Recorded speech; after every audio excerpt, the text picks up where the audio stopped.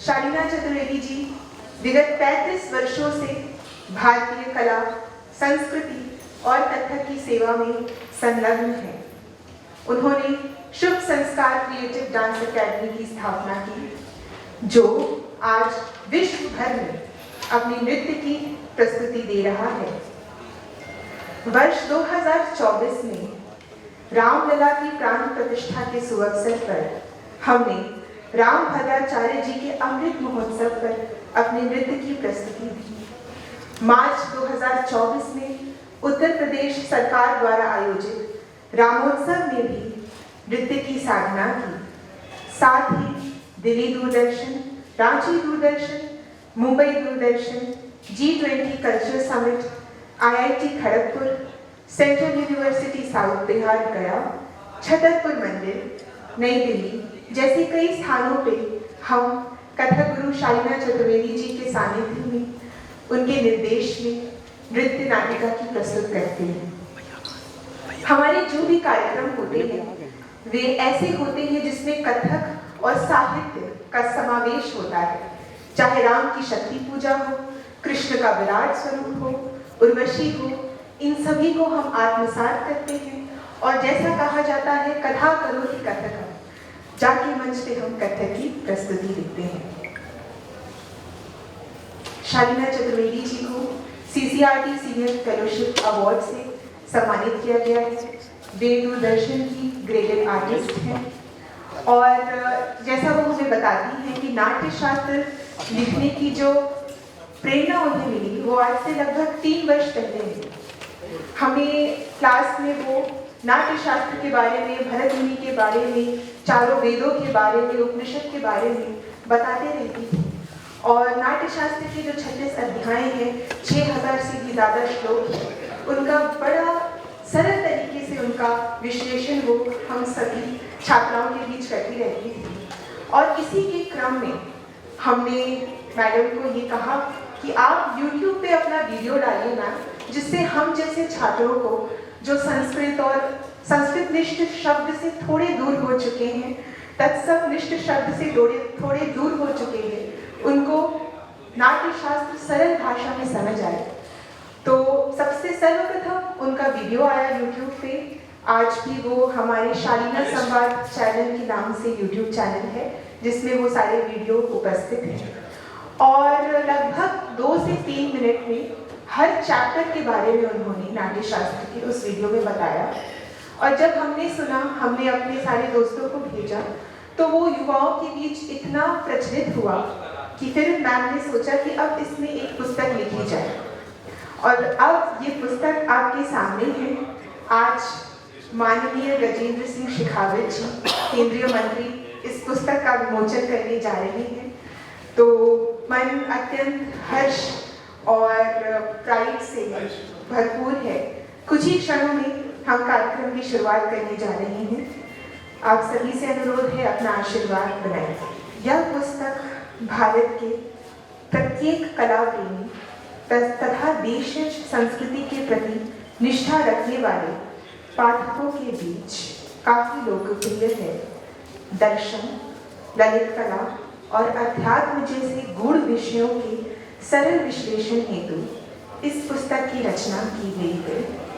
नृत्य, नाट्य कला के अंतर्गत जितने अंग उपांग आते हैं, उनका सधा हुआ अत्यंत सूक्ष्म विश्लेषण इस पुस्तक में किया गया है। कथा, संवाद, अभिनय, वेशभूषा, अंग संचालन, मुख मुद्राएं, भाव, रस आदि से लेकर नृत्य के स्थान, पर्यावरण की विशेषताओं पर सूक्ष्म दृष्टि डाली गई है।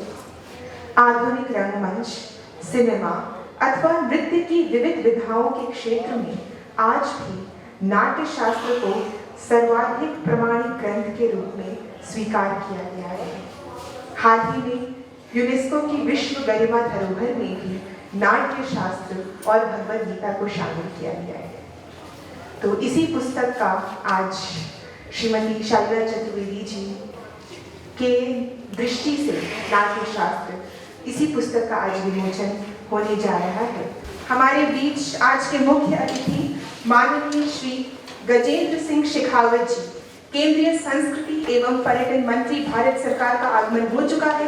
आप सभी से अनुरोध है, करतल ध्वनि से महोदय का स्वागत करें।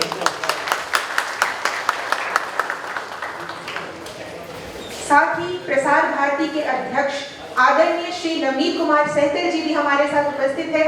महोदय का जोरदार तालियों से स्वागत करें।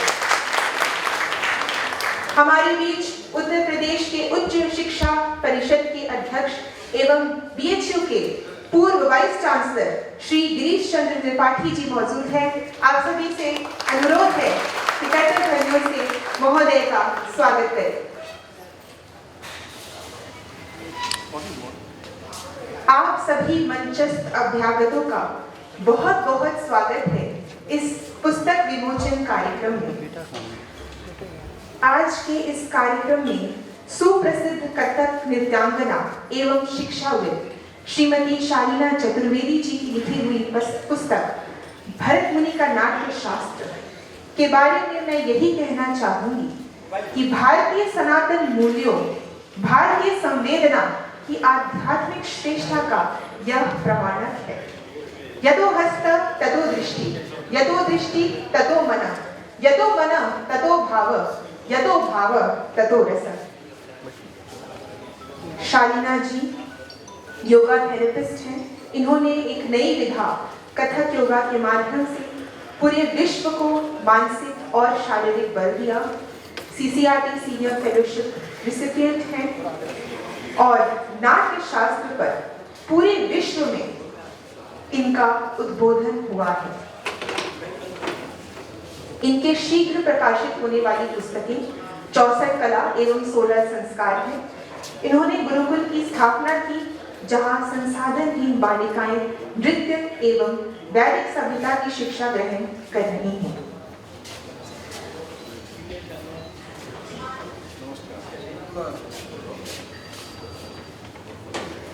अब मैं माननीय मंत्री जी, संस्कृति एवं पर्यटन विभाग, भारत सरकार, श्री गजेंद्र सिंह शेखावत जी एवं मंचस्थ महानुभावों से अनुरोध करूंगी कि वे विद्या की देवी और हम सबकी आराध्य मां सरस्वती को माल्य अर्पण एवं दीप प्रज्वलन कर कार्यक्रम की शुरुआत करें।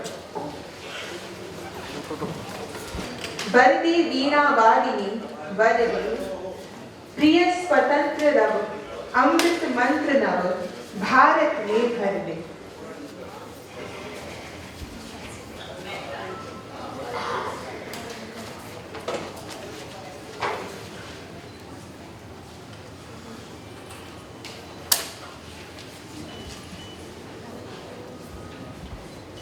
ज्ञान का यह दीपक हम मानव मन के भीतर प्रकाश को भरे, तिमिर से प्रकाश की ओर, असत्य से सत्य की ओर तथा मृत्यु से अमृतत्व की ओर ले जाने वाला यह ज्ञान का दीपक।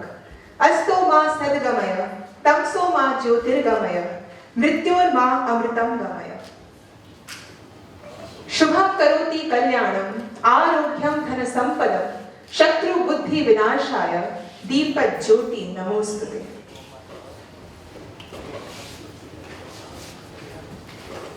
सभी महानुभावों का बहुत बहुत धन्यवाद। आपके आने से इस मंच की शोभा बढ़ गई है। अब मैं अनुरोध करूंगी शालीना चतुर्वेदी जी से और प्रभात जी से कि वे अतिथियों का स्वागत पुस्तक एवं उत्तरीय देकर करें।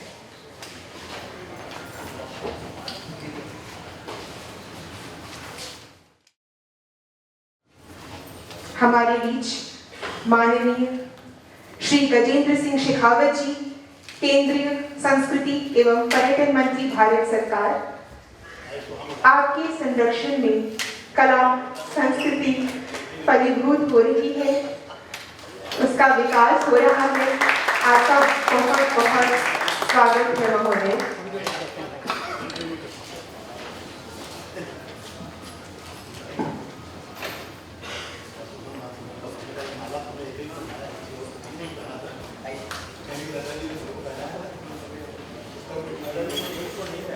मानवीय मूल्यों के प्रसार का गुरुतर दायित्व जिनके हाथ में है, वैसे कुशल प्रशासक श्री नवनीत कुमार सहगल जी, भारतीय विद्या की राजधानी काशी हिंदू विश्वविद्यालय के पूर्व कुलपति और वर्तमान में उत्तर प्रदेश में उच्च शिक्षा परिषद के अध्यक्ष श्री गिरीश चंद्र त्रिपाठी जी,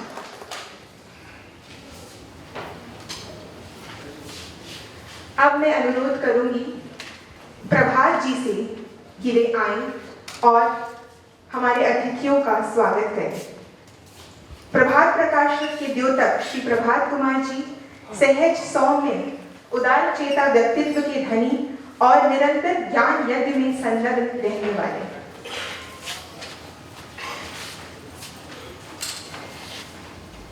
धन्यवाद वैष्णवी। इस सभागृह में उपस्थित कला जगत के मूर्धन्य हस्ताक्षर, कलाधर्मी, कलाकार, कला साधक, आप सबको मेरा सादर नमन। हमारा परम सौभाग्य कि आज हमारे मध्य में आदरणीय गजेंद्र सिंह जी शेखावत के कर कमलों से एक ऐतिहासिक कृति है, पौराणिक कृति है, भरत मुनि का नाट्य शास्त्र, उसका लोकार्पण यहाँ संपन्न होगा। हमारा सौभाग्य कि आज आदरणीय नवनीत जी भाई साहब, आदरणीय डॉक्टर गिरीश जी हमारे मध्य में हैं। मैं उनका हृदय से स्वागत करता हूँ। शालिना दीदी का भी स्वागत है, जिन्होंने बहुत श्रम से, जतन से इस पुस्तक का प्रणयन किया है, क्योंकि ये है सार्वकालिक कृत है जो भारतीय कला जगत में भारतीय कला दृष्टि विकसित करने के क्रम में इसका बहुत महत्व है। इस सभागृह में मैं देख रहा हूँ एक से एक वरिष्ठ समाजधर्मी, वरिष्ठ अधिकारी हमारी दीदी हैं यहाँ पे, लक्ष्मी दीदी, मैं उनका स्वागत करता हूँ। हमारे संस्कार भारती के अखिल भारतीय कार्यकारिणी के सदस्य माननीय अशोक जी हैं, उनका स्वागत करता हूँ। और भी जो वरिष्ठ लोग यहाँ सब हैं, मैं एक का नाम लूँगा तो बहुत समय लगेगा। आप सबका मैं प्रभात प्रकाशन की ओर से हार्दिक स्वागत और अभिनंदन करता हूँ। प्रभात प्रकाशन सदा ऐसी पुस्तकें प्रकाशित करता है, भारतीय ज्ञान परंपरा को आगे बढ़ाए, भारत को विकसित करे और भारत की उज्ज्वल परंपरा को आलोकित करे। आप सबके आने से हमें समझ मिलता है, आपकी ये ऊर्जा, आपकी प्रेरणा हमें ऊर्जा देती है, बल देती है, शक्ति देती है कि ऐसे पुस्तकों का प्रकाशन करें। जब इस पुस्तक के प्रकाशन का क्रम आया तो मैंने दीदी से आग्रह किया कि भरत मुनि का नाट्यशास्त्र बहुत महत्वपूर्ण ग्रंथ है पर क्लिष्ट है, तो उन्होंने कहा उसी क्लिष्टता को दूर करने के लिए बहुत सरल, बहुत सुगम्य भाषा में मैंने इसका पुनर्लेखन किया है। और ये संयोग है कि जब इस पुस्तक का प्रकाशन का क्रम चल रहा था, उसी बीच में यह पुस्तक यूनेस्को द्वारा विश्व धरोहर में सम्मिलित की गई। ये हम सब के लिए बहुत गौरव और सौभाग्य की बात है और इसके लिए मैं की महत्व का विशेष अभिनंदन करना चाहूँगा कि उनके प्रयासों से यह संभव हुआ और इस महत्वपूर्ण ग्रंथ को विश्व धरोहर की सूची में सम्मिलित किया गया। हम लोग सब समाजधर्मी हैं, कला क्षेत्र में भारतीय दृष्टि विकसित हो, उसमें ऐसे महत्वपूर्ण ग्रंथों का प्रकाशन बहुत महत्वपूर्ण है। पर दुर्भाग्य है कि सामान्य व्यक्ति के मन में ऐसी पुस्तकों के प्रति न तो अनुराग है, ना अभिरुचि है और ना इस प्रकार की कोई ऐसी कार्य प्रणाली है जिसकी वजह से ये समाज में विकसित हो।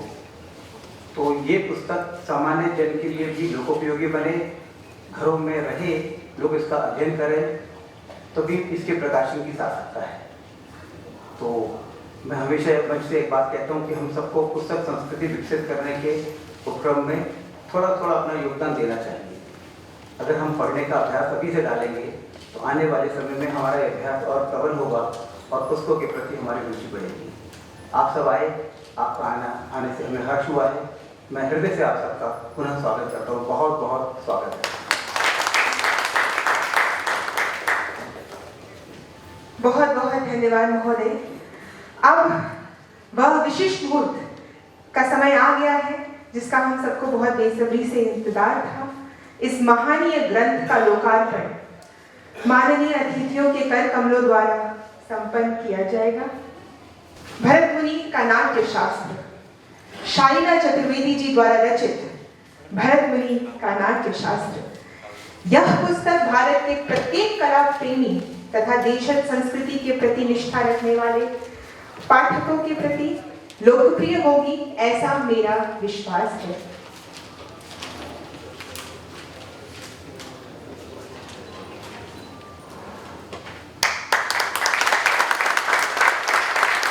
भरतमुनि जी के आशीर्वाद से आज हम सब इस ऐतिहासिक क्षण के साक्षी बन रहे हैं।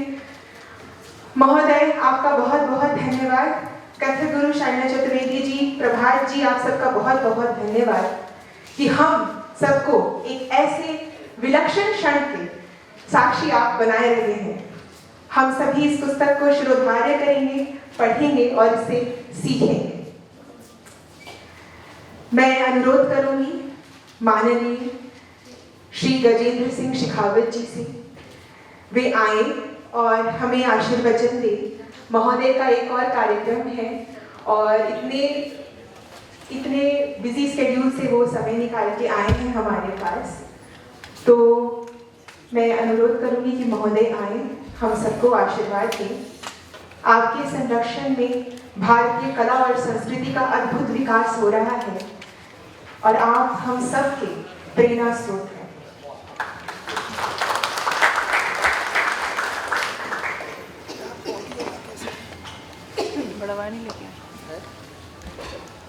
भरतमुनि के नाट्य शास्त्र पर रचित पुस्तक और पुस्तक रूपी प्रसून जो एक बड़े पुरुषार्थ का प्रसाद है,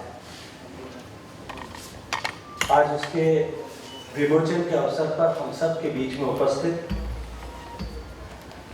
प्रसार भारती के सम्मानित चेयरमैन, और मैंने अभी जी जितनी बार मिलते हैं उतनी बार इनको कहता हूँ कि आपको जब मैं देखता हूँ तो मुझे जिस तरह से बॉलीवुड का अमिताभ बच्चन होता है, वैसे आप ब्यूरोक्रेसी के अमिताभ बच्चन। मंच पर उपस्थित बनारस हिंदू विश्वविद्यालय के पूर्व कुलपति और देश की ख्यातनाम शिक्षाविद आदरणीय डॉक्टर गिरीश चंद्र त्रिपाठी जी, देश के सांस्कृतिक वाङ्मय को वर्तमान के युग में सामान्य जन की भाषा में सामान्य जन समझ सके, और आज इस बदलते हुए सांस्कृतिक परिदृश्य में भारत के 140 करोड़ लोगों में जो सबसे बड़ी न्यूनता, जो सह आशय पैदा की गई कि हम अपनी संस्कृति से, अपने इतिहास की जड़ों से कहीं विरक्त और विमुख हो जाएं, वो जो काटने का लगभग 200 साल का षड्यंत्र था, 150 साल आजादी के पहले का और उसके बाद भी 50-60 साल तक निरंतर जिस तरह की व्यवस्था भारत में रही, उसके चलते हुए उस 200 साल की खाई को पाटने का अकेला यदि कोई व्यक्ति प्रयत्न कर रहा है, अपने हिसाब से प्रयत्न कर रहा है, तो वो प्रभात जी कर रहे हैं। प्रभात जी पुस्तक की रचयिता, प्रख्यात कथक की साधिका आदरणीय श्रीमती शालिना चतुर्वेदी जी, सभागार में उपस्थित सभी विद्वजन, देवियों, सज्जनों, पत्रकार, मैं अपनी बात कहूं उससे पहले शालिना जी का और प्रभात जी का हृदयपूर्वक अभिनंदन करना चाहता हूं, क्योंकि प्रभात जी जिस तरह से इस काम में निरंतर लगे रहते, साल में मुझे ऐसे कई सारे अवसर प्रदान करते हैं कि जब मैं इनके बारे में जो मेरे विचार पिछले वर्षों से है, पिछले दशकों से है, उसमें हर बार कहीं न कहीं ये और अधिक सम्मान के अधिकारी अपने आप को इसके माध्यम से बनाते। भारत का इतिहास, भारत के इतिहास के जुड़े हुए ऐसे प्रेरक कालजयी व्यक्तित्व जिनको कहीं भुला दिया गया था, जो पहले दादी नानी की कहानियों तक सीमित थे, लेकिन धीरे धीरे दादी नानी का परिवार में अस्तित्व कहीं थोड़ा थोड़ा जो है विलुप्त होने के बाद में वो नई पीढ़ियां उससे बिल्कुल वंचित हो गई थी। उसको वापस जोड़ने के लिए जिस तरह से ये काम करते और हिंदी के को समृद्धि प्रदान करने के जिस तरह से हिंदी को में निरंतर ग्रंथों का सृजन ये कर रहे हैं, मैं प्रभात जी का एक बार फिर इस प्रकाशन के लिए हृदय पूर्वक धन्यवाद करते हुए इनका भी अभिनंदन करना चाहता हूँ। मैं अभिनंदन करना चाहता हूँ अपनी बात प्रारंभ होने से पहले आदरणीय शालिना जी का, और वो मात्र इसलिए नहीं कि उन्होंने पुस्तक का सृजन किया, क्योंकि भरत मुनि का नाट्य शास्त्र 6000 छंदों की रचना, 2500 साल पहले कल्पना कीजिए जब पूरा विश्व और विश्व की अन्य सभ्यताओं के लोग वो इस पूरे जीवन चक्र में, पूरे ब्रह्मांड पर जितनी जीव नाम की सृष्टि है उन सबसे अलग है, ये सिद्ध करने के लिए संघर्ष कर रहे थे। वो मानव है और मानव विशिष्ट है, ये सिद्ध करने के लिए आप संघर्ष कर रहे थे। निश्चित रूप से हम सभी लोगों के लिए गर्व का विषय है कि उस 2500 साल पहले भी हमारी संस्कृति इतनी परिपक्व थी कि वो लोकानुरंजन और मनोरंजन के बीच के फर्क को मिटाकर व्यक्ति के स्वस्थ मनोरंजन के लिए किन तत्वों की आवश्यकता है, उन नव रसों को पहचान करके उन नव रस को 6000 छंदों में संकलित करके उन्होंने जिस क्लिष्ट ग्रंथ का सृजन किया, उस क्लिष्ट ग्रंथ को सामान्य शब्दों में लिख करके सामान्य मेरे जैसे लोगों के लिए उपयोगी बनाना, ये निश्चित रूप से एक बहुत बड़ा साहस है। और इसमें होने वाली छोटी सी चूक, इस विषय के जो मर्मज्ञ हैं, जिन लोगों ने इस विषय पर काम किया है, जिन्होंने साधना की है, क्योंकि अनेक तरह के मत और विचार जो है, विचार वैशिष्ट, अलग अलग तरह की परंपराएं भरत मुनि के बाद में निकल करके इस देश में बनी है, उन सबको के आने वाली अवश्यंभावी चुनौती के बावजूद भी साहस को जुटाना, इसके लिए मैं आदरणीय शालिना जी का हृदयपूर्वक अभिनंदन करते हुए उनकी बहुत सारी इनके प्रयासों की और इनके साहस की प्रशंसा करना चाहता हूँ। तो आज का ये कार्यक्रम केवल एक मात्र पुस्तक का विमोचन का कार्यक्रम नहीं है, अब तो ये कार्यक्रम उस महान परंपरा के पुनर्स्मरण का अवसर है,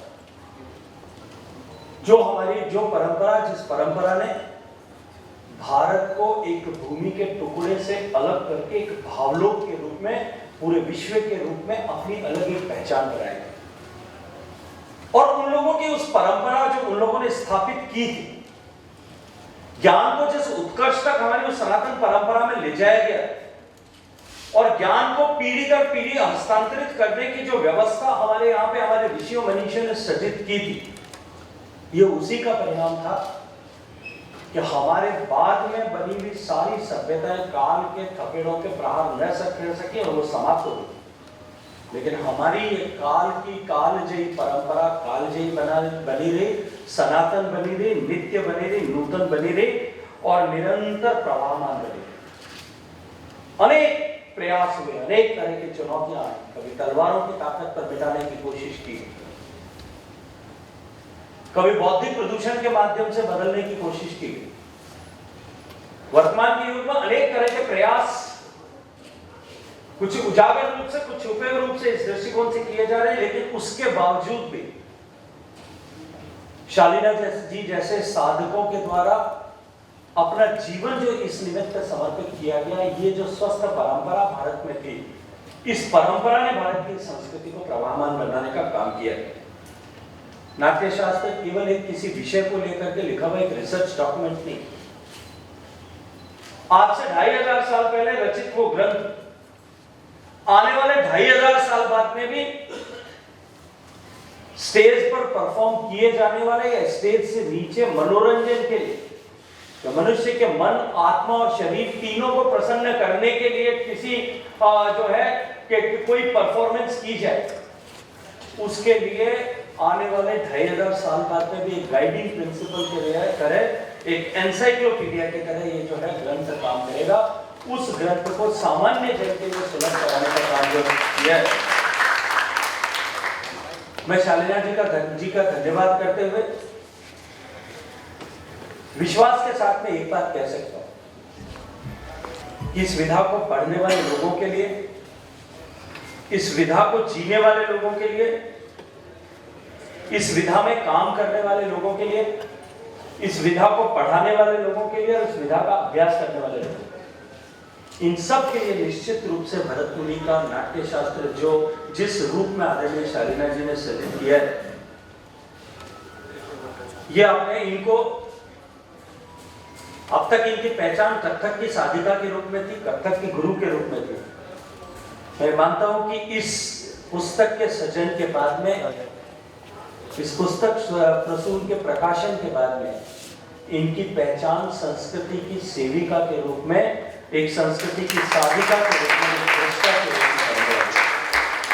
मैं शालीना जी का बहुत सारा धन्यवाद करते हुए कि उन्होंने केवल नृत्य सिखाने तक या भारत की संस्कृति के इस स्वरूप को आगे आने वाली पीढ़ी तक हस्तांतरित करने के लिए ही काम नहीं किया, अपितु इस पुस्तक के सृजन के माध्यम से भारत की संस्कृति की आत्मा को जीवंतता प्रदान करने का काम किया है। मैं इनकी प्रसन्नता प्रशंसा करते हुए, इनका अभिनंदन करते हुए मुझे अवसर प्रदान किया, उसके लिए हृदयपूर्वक धन्यवाद करता हूँ। ये पुस्तक तो अभी उस समय में आई जब ये निश्चित रूप से इसकी प्रासंगिकता और बढ़ी। अभी आदरणीय प्रभात जी जब बात कर रहे थे तब ये कह रहे थे, चिंता व्यक्त कर रहे थे कि इन सारे विषयों, भाई साहब सुनील जी आप इन सारे विषयों को लेकर के न तो वर्तमान युग में वर्तमान पीढ़ी का कहीं कोई अनुराग है और न कोई अभिरुचि। ये बिल्कुल इनकी चिंता वाजिब, लेकिन ये अभिरुचि और अनुराग न होने का कारण ये है कि हमने अपनी सांस्कृतिक परंपराओं पर, सांस्कृतिक परंपरा की गहराई पर और सांस्कृतिक परंपरा की ऊंचाई, इन सब पर अपनी उस विरासत पर गर्व करना समाप्त किया। और वो गर्व करना समाप्त इसलिए किया कि वो जो गुलामी की मानसिकता लगातार 150 सालों तक अंग्रेजों के गुलाम रहने और उस गुलामी के कालखंड में, और मैंने कई बार इस बात को बहुत जिम्मेदारी के साथ में कहा है कि मुसलमानों की गुलामी का वो कालखंड जो लगभग 600 साल, 550 साल, 600 साल का था, और उसमें तलवार की ताकत पर औरंगजेब जैसे क्रूर व्यक्ति ने देश की सनातन संस्कृति को जो है जड़ों से काटने के प्रयास किए थे, लेकिन वो उतना नुकसान नहीं कर पाए थे जितने इस 150 साल के बौद्धिक षड्यंत्र ने किया।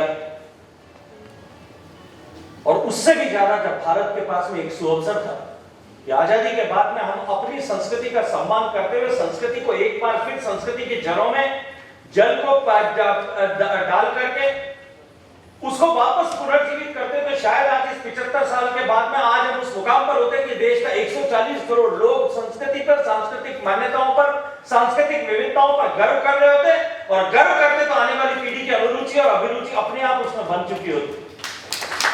दुर्भाग्य से 20 के 60 साल 70 साल का कालखंड भी इस तरह का रहा कि वहां भी शायद हम स्वतंत्र तो हो गए थे, लेकिन हम फिर भी हमारी मानसिक गुलामी जो है वो वहीं की वहीं खड़ी थी। लेकिन सौभाग्य का सूर्य उदय हुआ है, और मैंने तो एक दिन कहा था एक मंच से कि जब भगवान श्री राम का मंदिर 550 साल पहले लगभग टूटा था, तब उस दिन भारत के सौभाग्य का सूर्य अस्त हो गया, और उस 500 साल के कालखंड में जो अमावस्या थी, उस अमावस्या के साथ में भारत, अमावस्या समाप्त होकर के जब वापस भगवान श्री राम का मंदिर अयोध्या में स्थापित हुआ, उसके बाद में भारत के सौभाग्य का सूर्य वापस उदित होना शुरू हो गया। और भारत के सौभाग्य का सूर्य उदित होने से पहले जिस तरह की सूर्योदय से पहले जिस तरह की रश्मियां दिखाई देती है, जिस तरह की लालिमा दिखाई देती है, जिस तरह का प्रकाश दिखाई देता है, जिस तरह का नया आत्मविश्वास दिखाई देता है, जिस तरह की नई ऊर्जा और ऊष्मा महसूस होती है, और सारे लोग कौतूहल के साथ में उसको देखते हैं, मंदिर की स्थापना से पूर्व भारत के लोग उस तरफ देखने लगे थे, और दुनिया के लोग भी भारत को एक नई दृष्टि के साथ में भारत और भारत की तरफ देखने लगे थे। हम ऐसे सौभाग्यशाली युग में सब लोग काम करने का अवसर प्राप्त किए जब हम सांस्कृतिक पुनर्जागरण के दौर से गुजर रहे हैं।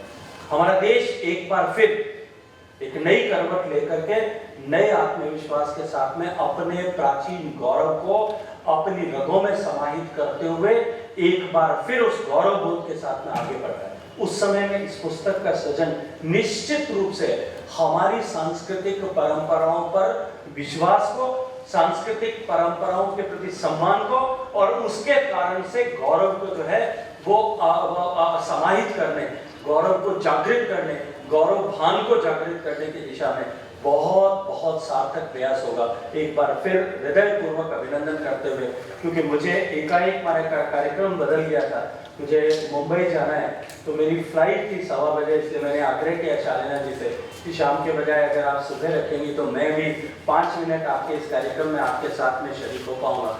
आपने मेरे अनुरूप इस कार्यक्रम को अलाइन किया, मैं एक बार फिर उसके लिए भी आपका धन्यवाद करते हुए सभी मंच लोगों को, विशेष रूप से आदरणीय सुनील जी भाई साहब यहाँ हैं, आदरणीय गिरीश जी भाई साहब यहाँ हैं, इन दोनों से हृदयपूर्वक क्षमा प्रार्थना करता हूँ कि मुझे बीच में छोड़ करके जाना पड़ेगा। मुझे निश्चित रूप से मेरा व्यक्तिगत नुकसान है, गिरीश जी भाई साहब के कुछ शब्द सुनकर के मुझे निश्चित ही कुछ न कुछ नई प्रेरणा और नया कुछ सीखने को अवश्य मिलता, वो मेरा लॉस जो है वो एज इट इज रहेगा। लेकिन फिर भी आप सबको बहुत सारी बधाई देते हुए आप सबका हृदयपूर्वक धन्यवाद। भारत माता की आपका बहुत बहुत धन्यवाद महोदय, आपके आशीर्वचन के लिए। आप हमें ऋषियों की आर्ष परंपरा तक ले गए, जहाँ ऋषि ऋषिकाएं स्वच्छंद होकर कला संस्कृति के विकास के लिए तत्पर रहती थी, और अब आपके होने से हमें ये विश्वास है कि हम वापस उस आर्ष परंपरा में जाएंगे, जहाँ कला और संस्कृति का नव विकास होगा और पूरे विश्व के धरोहर में भारतीय कला संस्कृति का झंडा बहुत ऊंचा लहराएगा। बहुत बहुत धन्यवाद आपका महोदय। हमारे बीच भारतीय राजनीतिक चेतना और वैचारिक सूझबूझ के साथ राष्ट्र सेवा की संकल्पना करने वाले आदरणीय श्री सुनील देवधर जी उपस्थित हैं। महोदय, आपका बहुत बहुत स्वागत है। मैं अनुरोध करूंगी प्रभात जी से कि वे महोदय का स्वागत पुस्तक एवं उत्तरीय देकर करें। माननीय श्री सुनील देवधर जी पूर्व राष्ट्रीय सचिव भारतीय जनता पार्टी एवं वर्तमान में सह प्रभारी भारतीय जनता पार्टी आंध्र प्रदेश। बहुत बहुत स्वागत आपका महोदय।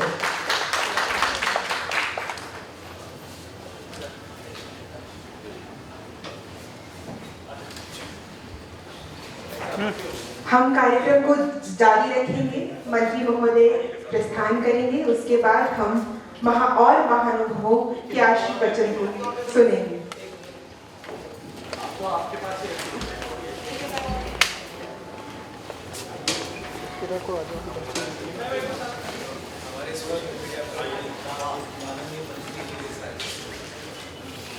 शालिना चतुर्वेदी जी द्वारा लिखित भरत मुनि का नाट्य शास्त्र। इस पुस्तक की लेखिका, कथक साधक, कथक गुरु आदरणीय शालिना चतुर्वेदी जी को मैं मंच पे बुलाना चाहूंगी उनके वक्तव्य के लिए।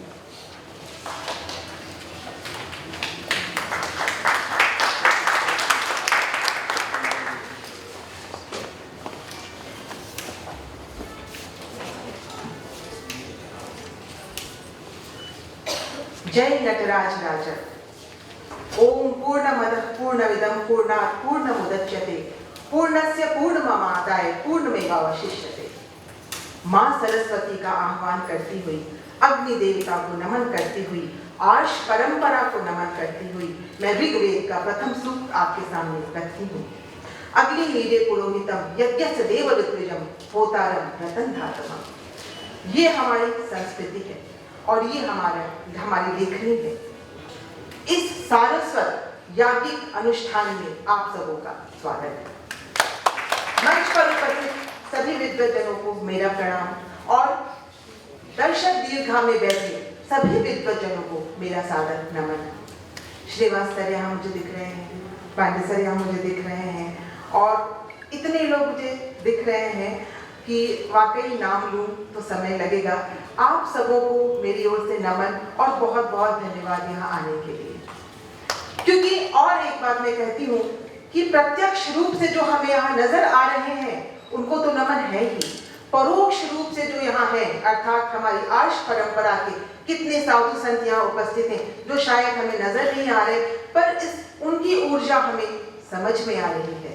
ये है हमारी सनातन संस्कृति। जो नहीं है वो भी यहाँ है। भरत मुनि जी को प्रणाम करते हुए, उनको अपनी प्रेरणा स्रोत मानते हुए मैं उनका नमन कर रही हूँ। नृत्यावसाने नटराज राजो ननाद ढक्काम नव पंचवारम उद्धर्तु कामा संकादि सिद्धा एतत् विमर्शे शिव सूत्र जालम। भगवान शिव ने नृत्य के बाद जब अपनी डफली बजाई, अपनी डमरू बजाई, तो वहां से 14 माहेश्वर सूत्र निकले। उन्हीं 14 माहेश्वर सूत्रों से शब्द बने। उन्हीं शब्द से व्याकरण आया। पाणिनि महोदय ने व्याकरण का निर्माण किया और उसी व्याकरण से भाषा बनी, उसी भाषा से शास्त्र का निर्माण हुआ।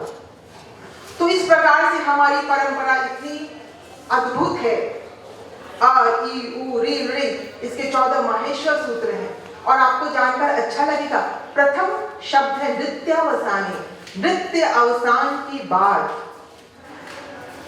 शिव जी आदि योगी भी है और शिव जी नटराज भी है। आदि योगी इसलिए क्योंकि उनसे योग का निर्माण हुआ। तंडु ऋषि ने जब उनको देखा, शिव जी ने 108 मुद्राएं बनाई। 108 मुद्राओं में से नृत्य के लिए बस 32 मुद्राओं का चयन किया गया। शेष मुद्राएं योग में आ गई। इस प्रकार नृत्य और योग दोनों ही एक है। इसलिए मैंने कथक योग पर कई कार्यक्रम किए हैं और लोगों को लाभ मिल रहा है। तो हमारे शिव जी, अब आते हैं हम भरत मुनि के नाट्य शास्त्र पर। इसमें उन्होंने अभिनय के बहुत बड़ा ग्रंथ है, बहुत विस्तार है, जैसे माननीय मंत्री महोदय ने बताया। इसमें रसो वैसा रस ही संपूर्ण है, अर्थात 9 प्रकार के रसों के बारे में बताया गया है। आप देखिए, यह सामान्य लोगों के लिए भी है। सिर्फ नर्तक या साहित्यकार इसके साथ नहीं है। जो इस क्षेत्र में नहीं है वे भी इसको अनुभव करेंगे। आप देखिए, अगर हम कहीं बैठे हुए हैं और हमारे हृदय में उस समय करुण रस है और हमें तत्काल श्रृंगार रस को प्रस्तुत करना है, क्या यह आसान विषय है? कठिन है, क्योंकि आपने अपने अंदर में करुणा का स्रोत रखा हुआ है और आपको उससे श्रृंगार की पराकाष्ठा में जाना है। तो आपको क्या करना होगा? पहले अपने अंदर रति का भाव लाना होगा। उस रति के भाव के बाद ही आप उस श्रृंगार को प्रस्तुत कर पाएंगे। तो यह सामान्य लोगों के लिए भी है। इसलिए भरत मुनि जी का नाट्य शास्त्र जीवन जीने की पद्धति है। भरत मुनि जी का नाट्य शास्त्र ब्रह्मांड में, उन्होंने पहले श्लोक में कहा है, गणेश जी का स्मरण करते हुए कहा कि संपूर्ण ब्रह्मांड की शक्ति इसमें है। उन्होंने कहा, यदि यह अस्ति तत् अन्यत्र यन्ने हास्ति न तत्र क्वचिदपि। जो इसमें है सब जगह है, जो इसमें नहीं है वो कहीं नहीं है। अर्थात सामान्य लोगों के लिए भी ये बहुत सुंदर ग्रंथ है, जिसका कि प्रभात भैया ने मुझे मौका दिया कि उनके साथ मिलकर मैं इस पुस्तक को जन सामान्य के लिए लाऊं। और इसको हमने इस प्रकार से रखा है कि आप कहीं भी यात्रा कर रहे हैं, आप कहीं भी जा रहे हैं, उसको कैरी कर सकते हैं, आप उसको पलटकर पढ़ सकते हैं। 36 अध्याय, 33 अध्याय में कहीं कहीं द्वंद्व है, उस पर हम न जाएं।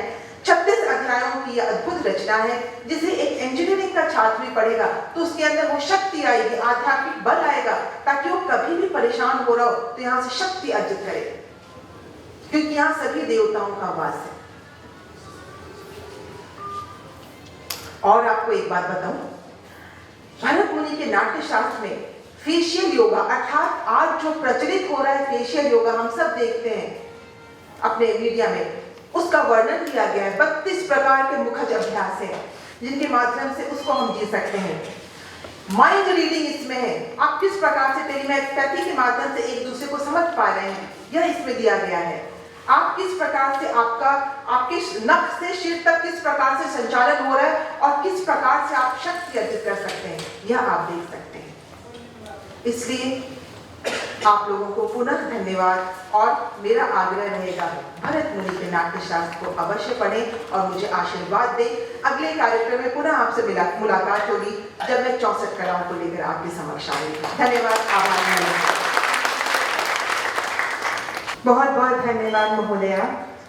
आपके इस अथक प्रयास से हम सभी को भारतीय दर्शन कला, शास्त्र, नृत्य, नाट्य, अध्यात्म का परिचय होगा।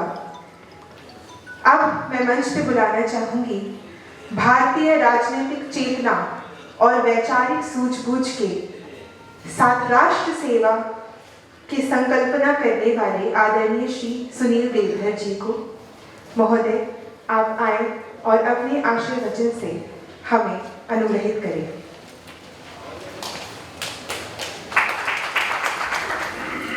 सभी को नमस्कार। एक स्वाभाविक प्रश्न सबके मन में होगा कि एक नाट्य शास्त्र के ऊपर लिखी गई एक बेहतरीन पुस्तक के विमोचन में एक पॉलिटिशियन का क्या काम है। केंद्रीय मंत्री तो उस विभाग के मंत्री है, तो उनके हाथों विमोचन होना सौभाग्य है, उनका अधिकार है। लेकिन मैं तो एक पॉलिटिशियन करके ही परिचय है,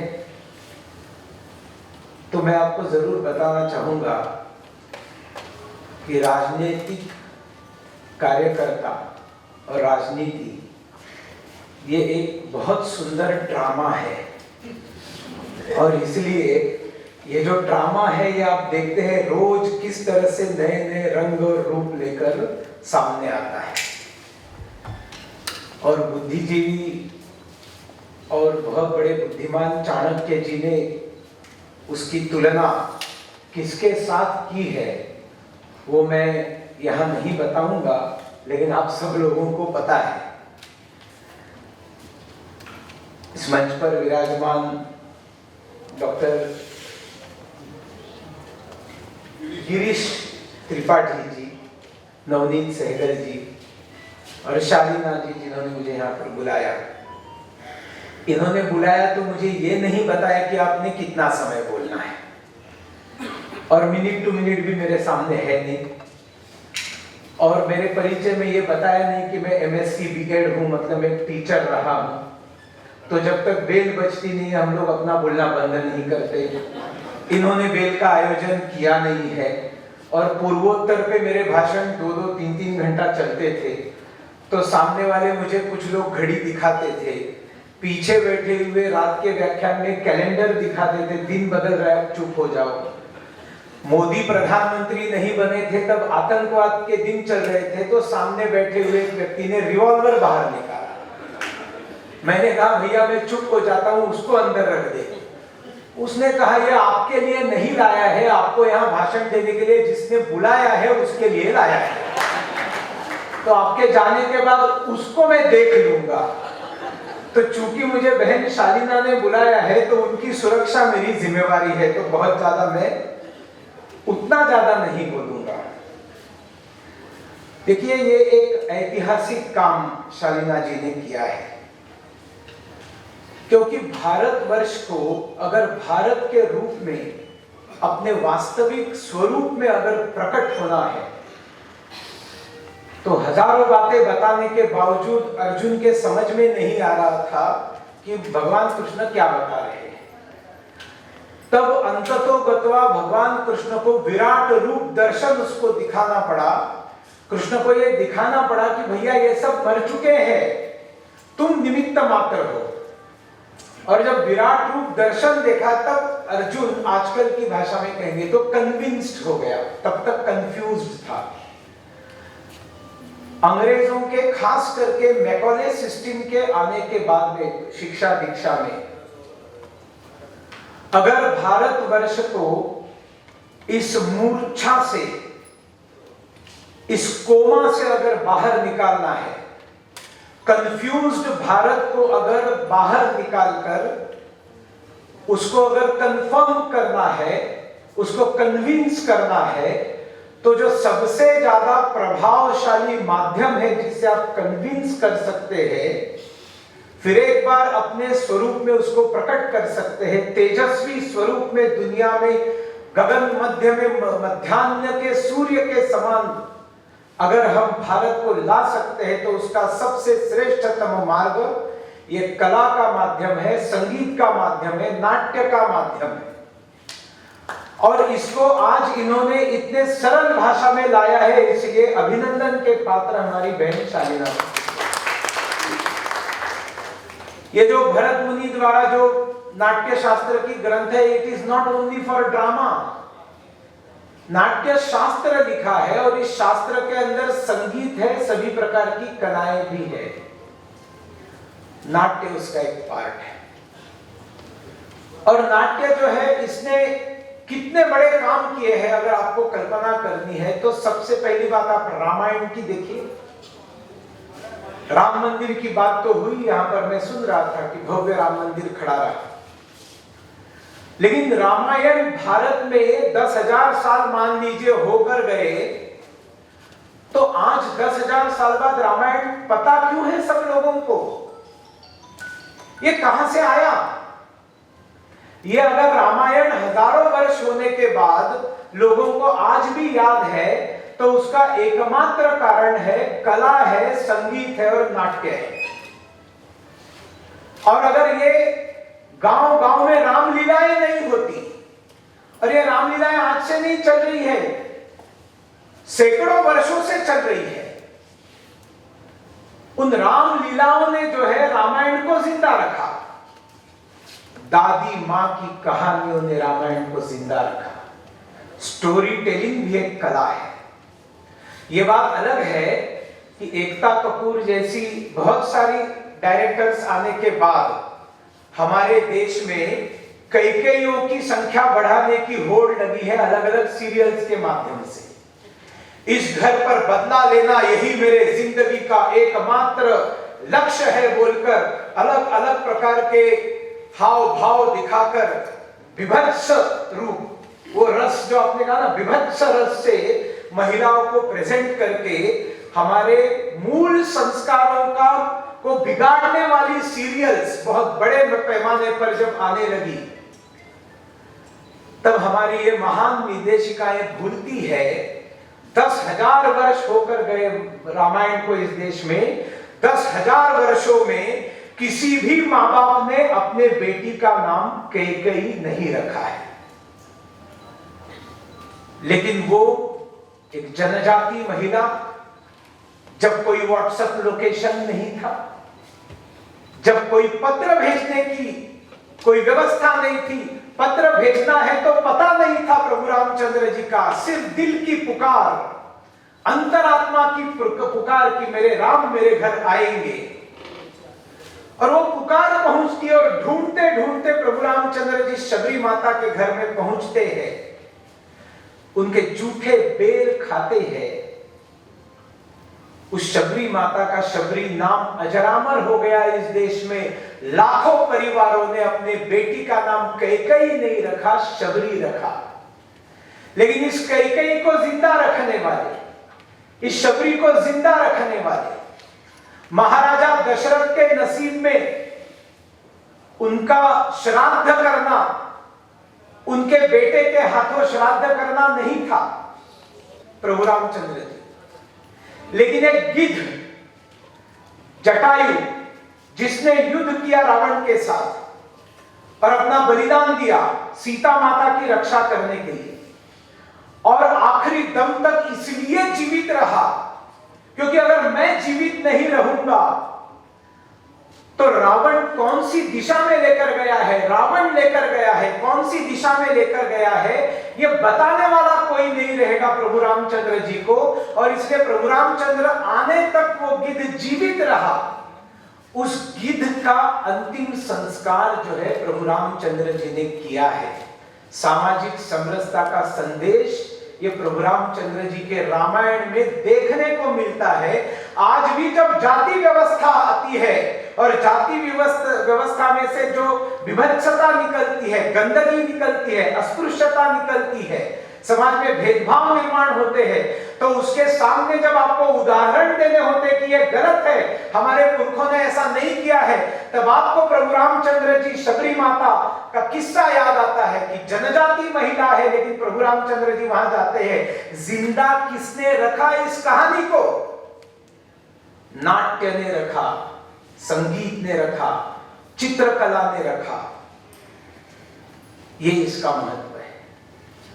हम लोगों ने इसको पहचाना नहीं पहचाना, प्रखर राष्ट्रवादी कोई है उन्होंने पहचाना नहीं पहचाना, वामपंथियों ने इसका बहुत अच्छा उपयोग कर लिया। झूठ के ऊपर झूठ, झूठ के ऊपर झूठ, झूठ के ऊपर झूठ। एक व्यक्ति पुस्तक लिखेगा, कोई रेफरेंसेस नहीं, उसमें झूठ लिखेगा। दूसरा व्यक्ति साल भर बाद दूसरा वामपंथी पुस्तक लिखेगा, पहले पुस्तक का रेफरेंस देगा। तीसरा वामपंथी 4 साल बाद 3-4 लोग और पुस्तक लिखेंगे, ये इन दोनों के पुस्तकों के रेफरेंसेस देंगे और 20-25 किताबें फिर तैयार हो जाएगी। बाद में कोई परिसंवाद रखेगा, कोई संगोष्ठी रखेगा, कोई सेमिनार रखेगा और कुछ प्रबंध लिखे जाएंगे, ये 20-25 बदमाशों के रेफरेंस उसमें देंगे। आप इनके झूठ का, पाखंड का अगर सत्य जानना है तो जाइए, सोर्स ढूंढते ढूंढते जाइए, एक जगह पर जाकर आप क्लूलेस हो जाएंगे। अकबर महान था, चर्चा चल रही है, अकबर महान था। अरे हिंदुओं की हत्या करने के बाद अकबर ने जो जनेऊ इकट्ठा किए थे, वो 50 किलो से ज्यादा जनेऊ इकट्ठा किए थे अकबर ने। लव जिहाद की जो आज चर्चा चलती है, उस लव जिहाद का सबसे बड़ा उदाहरण तो अकबर है, जो मीना बाजार लगाया करता था सुंदर महिलाओं को ढूंढने के लिए, खोजने के लिए। लेकिन अकबर महान था। मैं आज सच्चे हृदय से दादा साहेब फाल्के जी को कोटि कोटि वंदना करता हूं, क्योंकि भारत में 1913 में पहली फिल्म दादा साहेब फाल्के जी ने लाई। भारत में फिल्म, मूवी, पहली मूवी बनाने वाले दादा साहेब फाल्के। कई लोगों को पता भी नहीं होगा, लेकिन इस जगत में सबसे श्रेष्ठ अवार्ड अगर कोई आज भी है तो वो दादा साहेब फाल्के अवार्ड है। कौन है ये दादा साहेब फाल्के? भारत का पहला सिनेमा बनाने वाला महान पुरुष कोई है तो दादा साहेब फाल्के जी है। लेकिन दादा साहेब फाल्के को इसलिए कोटि कोटि प्रणाम मैं करता हूं, क्योंकि उनके ऊपर ये वामपंथी गंदगी नहीं पहुंची थी। उन तक स्वतंत्र वीर सावरकर पहुंचे थे, और इसलिए दादा साहेब फाल्के ने जो पहली फिल्म बनाई, वो फिल्म राजा हरिश्चंद्र की थी, अकबर की नहीं थी। नहीं तो वो भी आ जाते उस लाल चपेट में, तो वो भी बना देते अकबर। और फिर आज ये सारे ढोंगी चिल्लाते रहते, देखो पहली फिल्म भी कैसे अकबर की बनी है, पहली फिल्म कैसे अकबर की बनी है। अकबर की नहीं बनी, राजा हरिश्चंद्र की बनी, क्योंकि विशुद्ध भारतीय संस्कार जिस दादा साहेब फाल्के के ऊपर थे। और सावरकर को आप भूलेंगे अगर आप नाट्य की बात करेंगे? पता है आपको क्या है सावरकर? सावरकर एक महानतम साहित्यिक थे। उन्होंने एक महाकाव्य लिखा है, कमला, और उनके महाकाव्य की तुलना महाकवि कालिदास के साथ की जाती है। इतने उच्चतम कोटि के साहित्यिक थे। और एयर कंडीशन रूम में बैठकर अच्छे अच्छे व्यंजन सामने रखे हैं, सूप का एक एक चम्मच फुर फुर करके पीते पीते कोई नाट्य लिखना, कोई काव्य लिखना आसान बात है।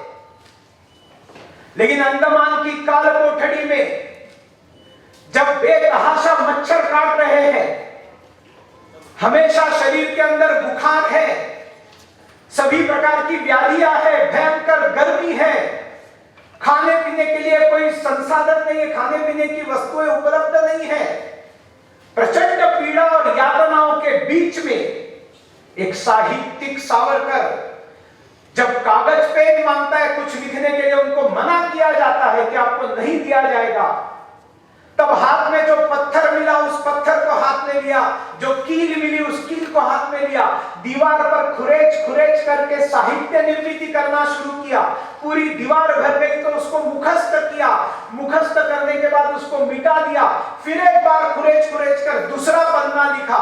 ऐसे पन्ने के पीछे पन्ने मुखस्त कर करके उन्होंने साहित्य निर्मित की। और जब जेल से बाहर आए तब उन्होंने उसको सारे साहित्य को याद करके लिखकर प्रकाशित किया। दुनिया में ऐसा उदाहरण ढूंढ कर आपको कहीं नहीं मिलेगा जो सावरकर जी का उदाहरण। बड़े बड़े साहित्यिक, वामपंथी साहित्यिकों ने सावरकर की प्रशंसा की है। क्या वाणी है, क्या शब्द है।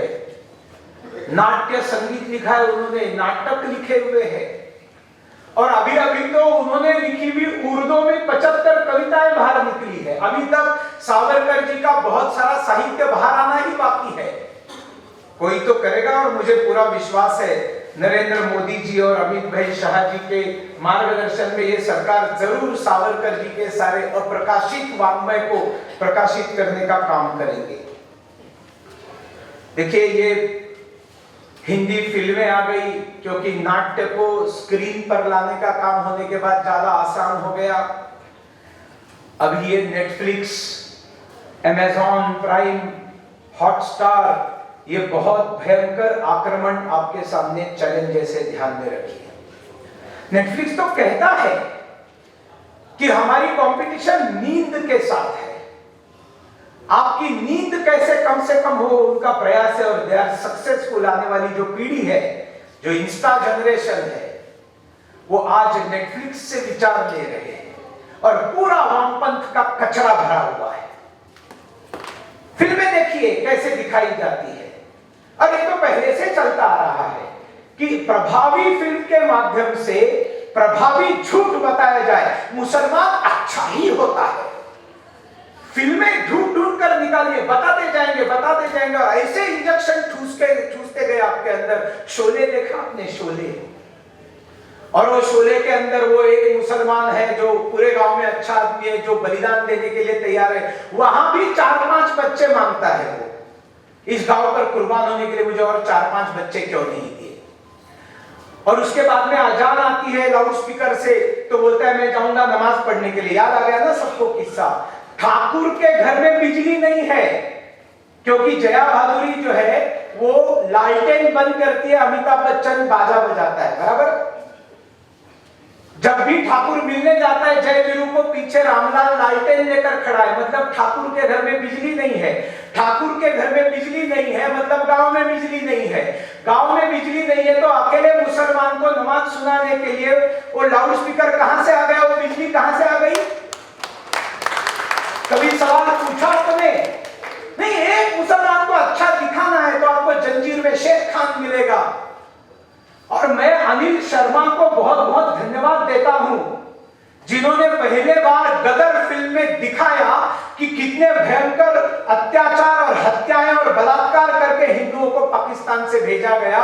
और मैं नरेंद्र मोदी जी को धन्यवाद देता हूं कि भारत के स्वाधीनता से पहले जो प्रचंड हिंसा हिंदुओं के खिलाफ हुई, उसको कभी भी कांग्रेस सरकारों ने एक्नॉलेज नहीं किया, ऑन रिकॉर्ड नहीं लाया। नरेंद्र मोदी जी ने उस 14 अगस्त को विभाजन विभीषिका दिवस बोलकर उसको एक्नॉलेज किया, ऑन रिकॉर्ड लाया और बताया कि ऐसी हत्याएं हुई थी। देखिए, आप मुझे बुलाएंगे तो यही सब मैं बोलूंगा, क्योंकि हमारे जहन में से दूसरा कुछ निकलता नहीं है ना। हमें तो देश को बचाना है, और देश को बचाना है तो ये सत्य लोगों के सामने जाना पड़ेगा। और उस संस्कृत सुभाषित से मैं सहमत नहीं हूं, सत्यम ब्रूयात प्रियम ब्रूयात मां ब्रूयात सत्यम अप्रियम। सत्य बोलो, लेकिन जो प्रिय लगे ऐसा ही सत्य बोलो, जो कड़वा लगे ऐसा सत्य मत बोलो। मैं तो कहता हूं सत्यम ब्रूयात अप्रियम ब्रूयात, मां ब्रूयात सत्यम प्रियम। अच्छा लगे ऐसा गुड़ी सत्य मत बोलो। और ऐसा सत्य सामने लाने के लिए सबसे प्रभावशाली रास्ता ये साहित्य का है, नाट्य का है, कला का है। आप देखिए जाकर डॉक्टर चंद्रप्रकाश द्विवेदी, जिनको मोदी जी ने पद्मश्री दिया, आप चाणक्य सीरियल देखिए। और जिनको राज्य शास्त्र पढ़ना है, जिनको राजनीति पढ़नी है, उन्होंने तो उसके पारायण करने चाहिए। हमारे यहाँ शब्द है पारायण, क्योंकि एक बार बताने से नहीं होता है। माताजी पिताजी आपको मार्गदर्शन करते हैं, एक बार करते हैं क्या? एक ही चीज बार बार बताना, एक ही चीज बार बार सुनना, एक ही चीज बार बार पढ़ना, इस पारायण। और कुछ चीजों का पारायण करना चाहिए। उसमें चाणक्य सीरियल है, उसमें उपनिषद गंगा है जो आपको देखने को मिलेगी, और एक संस्कृति संहिता है, उसको भी आप दूरदर्शन में जाकर देखिए। नवनीत जी, प्रार्थना है आपसे, ये जो सीरियल्स है ये भयंकर जबरदस्त सीरियल्स है और ये दूरदर्शन में है, अवेलेबल है। इनका पुनर्प्रकाशन कीजिए, फिर एक बार दिखाने की व्यवस्था कीजिए, क्योंकि भारत बेवकूफों का देश नहीं था। कितना यहाँ पर राजनीति का चिंतन हुआ है, राजा ने कैसा व्यवहार करना चाहिए। ये महिला वगैरह घर के अंदर पर्दे में रखने की चीजें नहीं थी। ये आपको बी.आर. चोपड़ा ने महाभारत में दिखाया, रामानंद सागर ने रामायण में दिखाया। कोई महिला घूंघट लेकर नहीं है, कोई महिला पर्दे में नहीं है, क्योंकि महिला को घूंघट और पर्दे में रखना हमारे भारत में कभी बताया ही नहीं है। ये जो 800 साढ़े 800 साल का मुसलमानों का आक्रमण हुआ, उसमें से जो कुरीतियां आई, उन कुरीतियों में, अविश्वास में से, कुसंस्कारों से ये हिजाब और पर्दा वगैरह सब आ गया। पर्दे में रहने दो, पर्दा ना उठाओ, पर्दा जो उठ गया तो भेद खुल जाएगा। ऐसे बहुत सारे भेद खुल जाएंगे जब इनके पर्दे उठाना चालू करेंगे। योगी आदित्यनाथ जी महाराज जैसे उत्तर प्रदेश में पर्दे उठा रहे हैं, तो जलालुद्दीन बाहर निकल रहे हैं। जल्दी आपको समझ में आएगा, ये जलालुद्दीन और वो जलालुद्दीन अकबर में तसु मात्र फर्क नहीं है। ये हिंदुस्तान को कौन बताएगा? यही हम ही लोग हैं जो बताएंगे। घूंघट नहीं खोलूंगी सैया तोरे आगे, लता जी का गाना है, सुंदर गाना है, लेकिन ये घूंघट नहीं है। रात को 12 बजे विवाह करना अशास्त्रीय है, लेकिन उत्तर भारत, बंगाल, बिहार सब जगह पर होता है। इस्लाम के आक्रमण के बाद, क्योंकि लूट कर लेकर जाते थे, लड़की को उठा कर लेकर जाते थे, धन लूट लेते थे, और अपनी बच्ची को बचाने के लिए, धन को बचाने के लिए चुप चुप कर रात को 12 बजे शादियां करना चालू हो गया। इस्लाम के आक्रमण के बाद छत्रपति शिवाजी महाराज थे जिन्होंने इसको रोक कर रखा, और उसके कारण सारा दक्षिण जो है आप देखेंगे, न कोई महिला कभी घूंघट लेती है, न ही कोई विवाह रात्रि में होता है। सूर्य की उपस्थिति में भगवान सूर्य नारायण को साक्षी रखकर विवाह आज भी महाराष्ट्र, गुजरात और दक्षिण भारत में होते हैं, क्योंकि इस्लाम का आक्रमण परिणाम नहीं कर सका। उन्हें मिले छत्रपति शिवाजी महाराज और धर्मवीर छत्रपति संभाजी महाराज। क्या चरित्र है संभाजी महाराज का। और आप इस मीडिया की कमाल देखेंगे, बस एक छावा फिल्म निकली, उसमें तो संभाजी महाराज का 5% दिखा है, बाकी तो सारे जो है फिल्म के इफेक्ट्स जो है आपको आकर्षित। अगर 5% संभाजी महाराज दिखाकर 700-800 करोड़ का बिजनेस अगर वो कर सकती है, तो 100% संभाजी दिखाएंगे तो क्या कहर बर पाएंगे। विशुद्ध भारत को अगर इस सिनेमा नाट्य से दिखाया जाएगा, ये रोजगार का बहुत बड़ा साधन है। It will give employment. AI आपके लाखों जॉब खाएगा, नाट्य आपको लाखों करोड़ों जॉब देने का काम करेगा।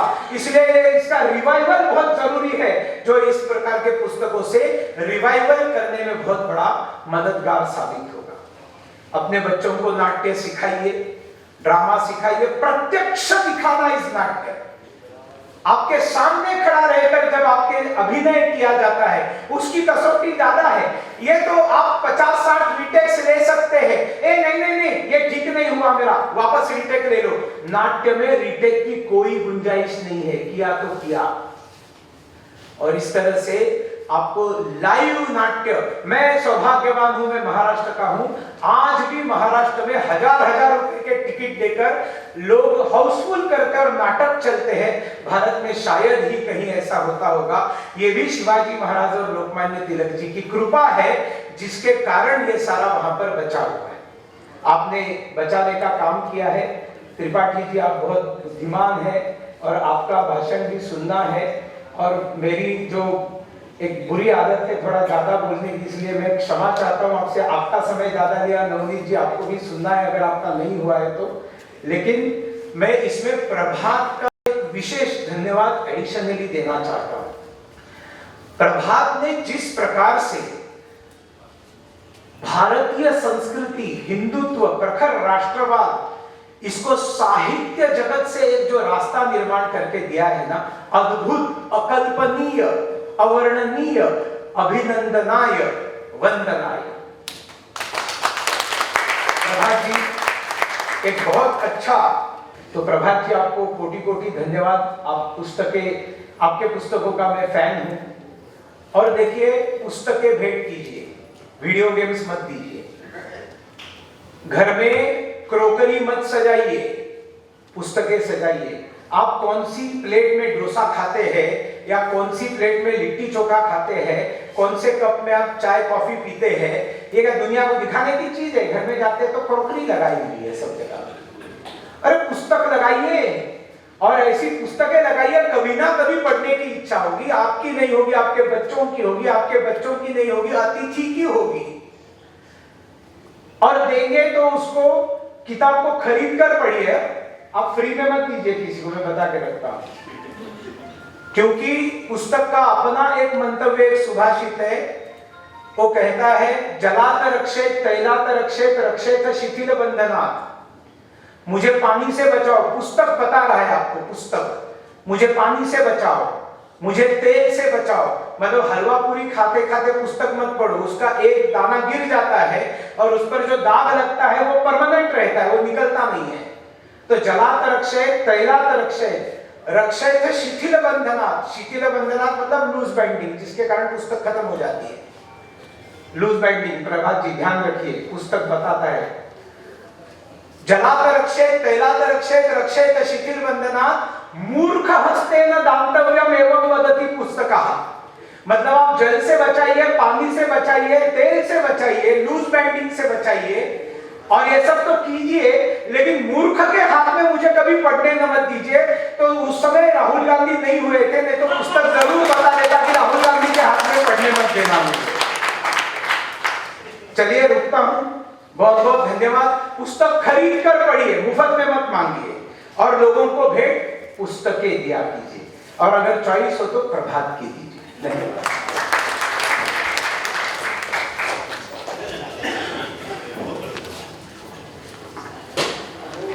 बहुत बहुत धन्यवाद महोदय आपका, इतने ओजपूर्ण भाषण के लिए, इतने अद्भुत वक्तव्य के लिए। हम त्रेता युग द्वापर युग से होते हुए कला संस्कृति के माध्यम से कैसे कलयुग में भी हम राममय और कृष्णमय हैं, ये आपने हमें बताया।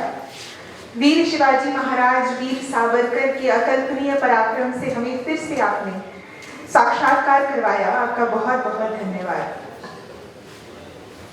अब मैं मंच पे बुलाना चाहूंगी मानवीय मूल्यों के प्रसार का गुरुतर करने वाले हमारे कुशल प्रशासक श्री नवनीत कुमार सहगल जी को, जो वर्तमान में प्रसार भारती के अध्यक्ष हैं। महोदय आप आए और हमें अपना आशीर्वचन दें।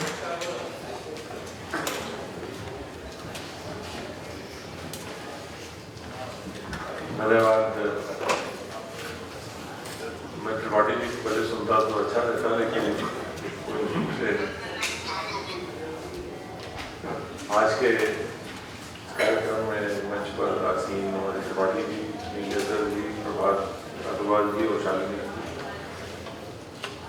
मुझे बड़ा अच्छा लगा इस कार्यक्रम में आगे, विशेषकर हमारे मंत्री शेखावत जी को सुना और देवदत्त जी को सुना, और मौका लगेगा तो त्रिपाठी जी को सुनेंगे। बहुत ही अच्छा प्रयास है। सबसे पहले मैं प्रभात जी का धन्यवाद करूंगा कि उन्होंने इसका प्रकाशन किया, और शालिना जी को जिन्होंने हिम्मत की, क्योंकि ये 2000 साल पुराना ग्रंथ जो है, इसको सामान्य भाषा में आम आदमी के लिए उपलब्ध कराना एक बहुत बड़ा चैलेंज है, बहुत बड़ा काम है। क्योंकि बहुत सारी ये जो विधाएं हैं जिनके बारे में पूरा नाट्यशास्त्र वर्णन जी के में जिक्र है, वो बहुत पुराना है, उसमें बहुत बार इंटरप्रिटेशन अलग अलग हुए हैं। लेकिन एक चीज़ जो सब चलती आ रही है, वो जो पूरी उसकी भाव भंगिमाएँ, जो पूरा नृत्य, हर नृत्य के बारे में इतने विवरण हैं, वो अभी कायम है। और ये जैसा देश का जो हमारा विरासत है, हमारे देश की जो संस्कृति है, उसको इतने सालों तक सहेज के फिर अब जो प्रयास हो रहा है कि आम आदमी तक उसको पहुंचाना। मैंने कभी नाट्य शास्त्र के बारे में कोई जानकारी नहीं ली, मैं प्रोफेशनल आदमी, लेकिन आज मुझे भी मैं पढ़ने का, जब उन्होंने मुझे किताब दी तो पता चला कि भरत जी ने जो नाट्य शास्त्र की जो है संरचना भी की थी, और उसमें पूरे देश का जितना आज चाहे वो कोई सा भी नाट्यशास्त्र हो, भरतनाट्यम, कथक, वो सब वहीं से जन्मा है। तो मुझे भी उसकी जानकारी हुई। तो मेरे जैसे बहुत सारे ऐसे लोग होंगे जिनको पता ही नहीं होगा कि देश में, हमारी संस्कृति में, हमारी विरासत में ऐसी अद्भुत चीज़ें हैं जिनको कि हमको आगे वाली पीढ़ियों को सौंपना है, आगे वाली पीढ़ियों तक ले जाना है। और जैसा आप सब हम लोग जानते हैं, हमारे जो इतिहास रहा है, विशेषकर जो विरासत का, सांस्कृतिक विरासत जो हमारी थी, उसके साथ कितनी छेड़छाड़ हुई है, कितना उसको दबा के रखा गया है, दूसरा इतिहास, दूसरी संस्कृति उसके ऊपर हावी करने की कोशिश की गई है। तो ये बहुत सरकार का भी एक अच्छा प्रयास है। माननीय प्रधानमंत्री जी जो विरासत के साथ विकास का एक लक्ष्य लेकर चल रहे हैं, उसमें हम सबका एक प्रयास होना चाहिए और कर्तव्य है कि सब जितनी हमारी पुरानी ऐसी धरोहरें हैं, तो 2-2, 2,500, 4,000 साल पुरानी धरोहरें, उनको हम आम जन के सामने लाएं, उन्हीं की भाषा में लाएं, ताकि कम से कम यदि रुचि हो तो वो पढ़ें, कम उन्हें जानकारी मिले। और मैं ये भी बताना चाहूँगा कि हम भी प्रसार भारती में ये प्रयास कर रहे हैं। एक प्रयास हमने अभी जो शुरू किया है वो ये कि हमारी जितनी भाषाएं हैं देश की, उनमें जो लोकगीत हैं उनका एक हम कलेक्शन कर रहे हैं। लगभग 12,000 से ज़्यादा लोकगीतों का हमने एक संग्रह तैयार किया है, जिसको भी हम धीरे धीरे इकट्ठा करके सबके सामने लाएंगे कि विभिन्न भाषाओं में विभिन्न अवसरों पर कैसे गीत गाए जाते हैं। आप देखेंगे कि उन सब में अलग अलग होने के बावजूद एक संदेश एक ही है, चाहे वो तमिल में जो है नव वर्ष की गीत हो, चाहे वो इधर बैसाखी के पंजाबी में हो, संदेश एक है लेकिन भाषाएं अलग हैं। और वो वही इस देश को जोड़े हुए हैं और एक देश को इकट्ठा किए हुए हैं, और इसी विरासत को हमको आगे आने वाली पीढ़ियों को देना है। मैं सुनील जी से बताना चाहूँगा कि हमने अपना एक OTT प्लेटफॉर्म लॉन्च किया हुआ है, वेव्स, जिसपे सारे हमारा जितना आर्काइव है अब तक दूरदर्शन में जो भी दिखाया गया होगा वो सब उपलब्ध है, और वो डिजिटली उपलब्ध है। पूरी दुनिया में कहीं भी किसी भी समय उसको आप देख सकते हैं, उसका आनंद ले सकते हैं, अपनी जानकारी बढ़ा सकते हैं। बहुत सारे मूर्धन्य साहित्यकार इधर हैं मंच पर, मैं बहुत समय आपका नहीं लूँगा, पुनः बधाई दूंगा। और ये जो प्रयास प्रभात प्रकाशन कर रहा है और जिसके लिए इनको बहुत बहुत मेरी शुभकामनाएं, बहुत बहुत इनका धन्यवाद कि जो हमारी इस प्रकार की विरासत है उसको आम जन के सामने लाने का, प्रकाशित करने का काम कर रहा है। बहुत बहुत प्रशंसा योग्य है। धन्यवाद।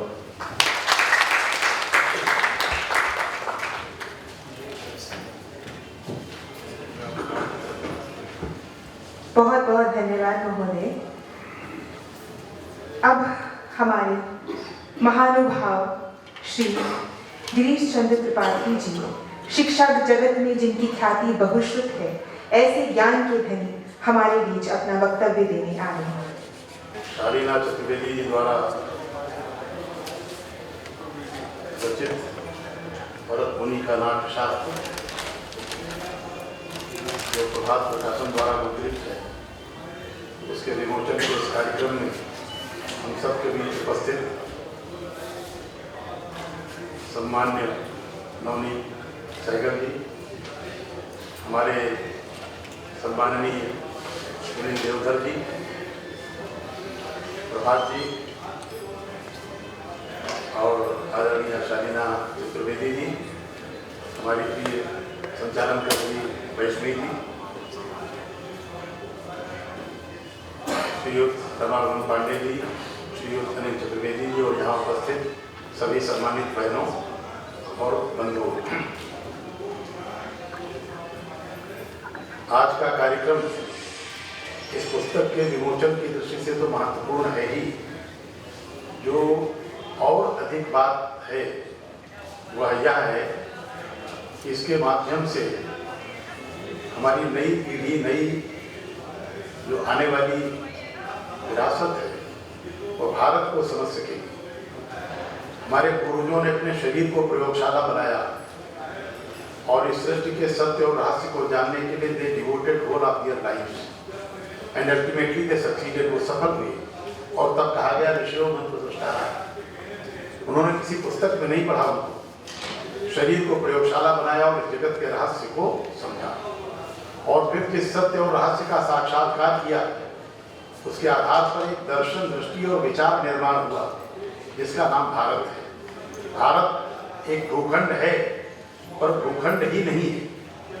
भारत एक दर्शन है, दृष्टि है, विचार है। जो हमारे जीवन के हर क्षेत्र के मूल में प्रतिष्ठित है, चाहे सामाजिक जीवन हो, राजनीतिक जीवन हो, आर्थिक जीवन हो, सांस्कृतिक जीवन हो, यहाँ तक कि विज्ञान और तकनीक के मूल में भी वही दर्शन, दृष्टि और विचार है कि science and technology is for society, society is not for science and technology.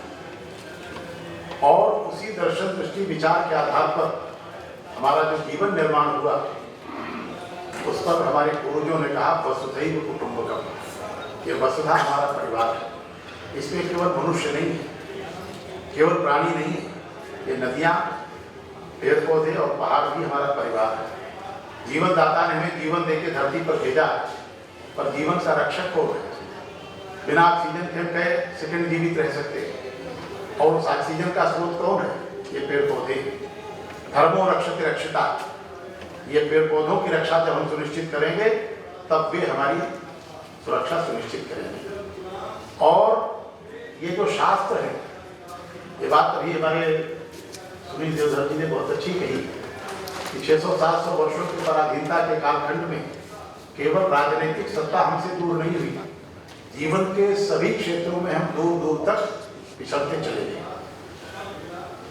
1947 को आज़ादी मिली और हमारे पूर्वज जिस आज़ादी की लड़ाई लड़ रहे थे वह केवल राजनीतिक आज़ादी नहीं थी। तो हमने कहा भारत एक दर्शन है, दृष्टि है, विचार है, और वह दर्शन, दृष्टि और विचार भी धूमिल हुआ था। उसकी पुनर्प्रतिष्ठा जब तक नहीं होती तब तक भारत आजाद पूरी तरह से नहीं होगा। और प्रधान जी जो प्रयास कर रहे हैं उसकी जितनी सराहना की जाए वो कम है, और यह भी शालीना जी का भी प्रयास जो है वो उसी दिशा में एक सुनियोजित, सुंदर और एक सकारात्मक प्रयास है। दो विचार हमारे सामने हैं, एक भारत का विचार है और एक दूसरा पाश्चात्य विचार है। एक मानता है कि यह वसुधा हमारा परिवार है, और परिवार, और अगला सिद्धांत क्या है? सर्वे भवन्तु सुखिनः। क्योंकि परिवार में अगर एक भी व्यक्ति दुखी है तो फिर कोई सुख की अनुभूति नहीं कर सकता। कभी कोई बहुत परेशान दिखता है, कभी बहुत परेशान लग रहे हो, तो माँ बीमार है, पिताजी बीमार है, बेटी बीमार है, बेटा बीमार है, और बहुत परेशान है तो पत्नी बीमार है। अब बीमार कोई और है और परेशान कोई और है। यह शास्त्रार्थ और संवाद की भूमि रही है। यहाँ हारने वाला जीतने वाले को अपना शत्रु नहीं मानता था। वो कहता था मुझे सत्य पता नहीं था, आज आपने बताया, मैं आज से आपका अनुयायी हूँ। आनो भद्रा कृतवो यन्तु विश्वता। Let noble thoughts come from all corners of universe। ये नहीं कि हमने कह दिया वो अब सही है, वो किसी को सुनेंगे नहीं। तो यह विद्या जो है, विद्या विवादाय धनम मदाय शक्ति परेशान परिपीडनाय खलस्य साधो विपरीत में तत् ज्ञानाय दानाय च रक्षाय। विद्या वाद विवाद के लिए, धन अहंकार के लिए, और ताकत है अगर, तो जब तक हम दूसरों का उत्पीड़न न करें तब तक हम ताकतवर कैसे हैं? राम जंगल जाते हैं, मुनियों के यहाँ गए, हड्डियों का ढेर देखकर राम रोने लगते हैं। उन्होंने मुनियों से पूछा, अस्य समूह देख रघुराया भय सजल लोचन जल छाया। मुनियों ने भी रो के बताया कि निश्चल लेकर सकल मुनि खाए, सुन रघुनाथ नयन जल छाए। मुनियों ने भी रो बताया कि राक्षस आते हैं और हमको खा जाते हैं, यही हड्डियों के ढेर है। राम फिर रोए, और तब राम ने प्रतिज्ञा क्या की? निश्चलहीन करो मैं भुज उठाए प्रणकीन, सकल मुनि के आश्रमन जाए जाए सुख दीन। अब रावण से बड़ा विद्वान कोई नहीं है, उससे बड़ा धनवान कोई नहीं, जिसने सोने की लंका धरती पर सुरक्षित की, उससे बड़ा कोई धनवान है। उससे बड़ा ताकतवर कोई नहीं जिसके आगे दसों दिक्पाल नतमस्तक है। ताकतवर राम भी है, पर रावण अपनी ताकत का उपयोग कहाँ करता है? मुनियों को खाने के लिए, और राम अपनी ताकत का उपयोग पीड़ित मुनियों की रक्षा के लिए। यह अंतर भी हमको भारतीय ऋषि परंपरा को, भारतीय ज्ञान परंपरा को समझने के लिए हमको राम को सही अर्थ में समझना पड़ेगा। राम जहां खड़े थे वहीं से रावण का वध कर सकते थे, पर राम एक आदर्श पुत्र हैं, आदर्श मित्र हैं, आदर्श शत्रु भी हैं, आदर्श भाई हैं, और इसलिए आदर्श राजा हम कहीं भी मर्यादा का उल्लंघन नहीं किया। जहां खड़े थे वहीं से रावण को मार सकते थे, पर रावण को मारने के लिए कोई उचित कारण होना चाहिए। और हमारे यहाँ अक्सर ये बात कही जाती है, बस 1 मिनट समय आपका लेके, क्योंकि ऐसे मौके बार बार नहीं मिलते। हमारे यहाँ महिला और पुरुष बराबर कभी नहीं रहे। और जिनको प्रकृति ने समान नहीं बनाया उनको अगर हम समान बनाने की कोशिश करेंगे तो असमानता का सबसे खराब रूप खराब होगा, जो आज दिख रहा है। तो समान नहीं है तो भारत में क्या स्थिति रही? हमको संस्कृत नहीं आती तो पिताजी के कारण उन्होंने एक सूत्र में बताया, अभ्यर्हितम च, वन हुई सुपीरियर इज फर्स्ट, जो श्रेष्ठ होता है उसका नाम पहले आता है। तो भारत में क्या परंपरा है? राम सीता नहीं है, और थोड़ा पहले माता पिता है, पिता माता नहीं है। सीताराम, राधेश्याम, भवानी शंकर, गौरी शंकर, गिरिजा शंकर, लक्ष्मी नारायण। महिला का नाम पहले है। 3 ऋण है हमारे यहाँ। सबसे पहला कौन है? मातृ ऋण, पितृ ऋण और ऋषि ऋण। तो ऋषि ऋण तो दक्षिणा दे दीजिए, हम लोगों का ऋण खत्म हो गया। पिता के ऋण से भी आप मुक्त हो जाएंगे, शादी करके संतान उत्पन्न की, पिता के ऋण से मुक्त है। पर भारत के शास्त्र कहते हैं कि मां के ऋण से मुक्त होने का कोई विधान नहीं, आप कभी मुक्त नहीं हो सकते।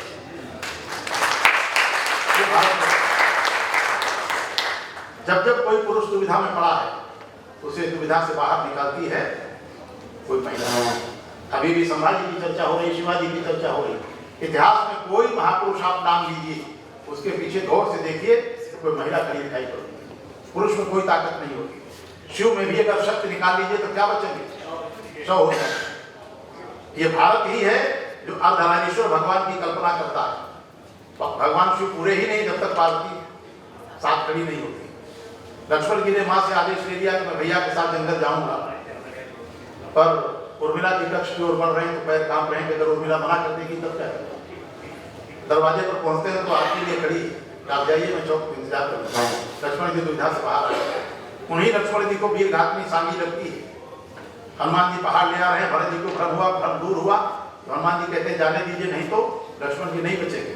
तो अगर आपकी सुमित्रा होती तो क्या कहती? पत्नी के लिए बेटे को मरवा दिया। और वो क्या कहती है? लक्ष्मण की चिंता मत करिए, हमारा एक बेटा और सवेरे लंका पहुंच जाएगा, राम अकेले नहीं। उनके बगल में खड़ी हुई उर्मिला क्या कहती है? हनुमान जी आप निश्चिंत रहिए, आराम से जाइए, सूर्य में साहस नहीं है कि आपके पहुंचने के पहले उदय हो जाए। ये भारतवर्ष है। और वो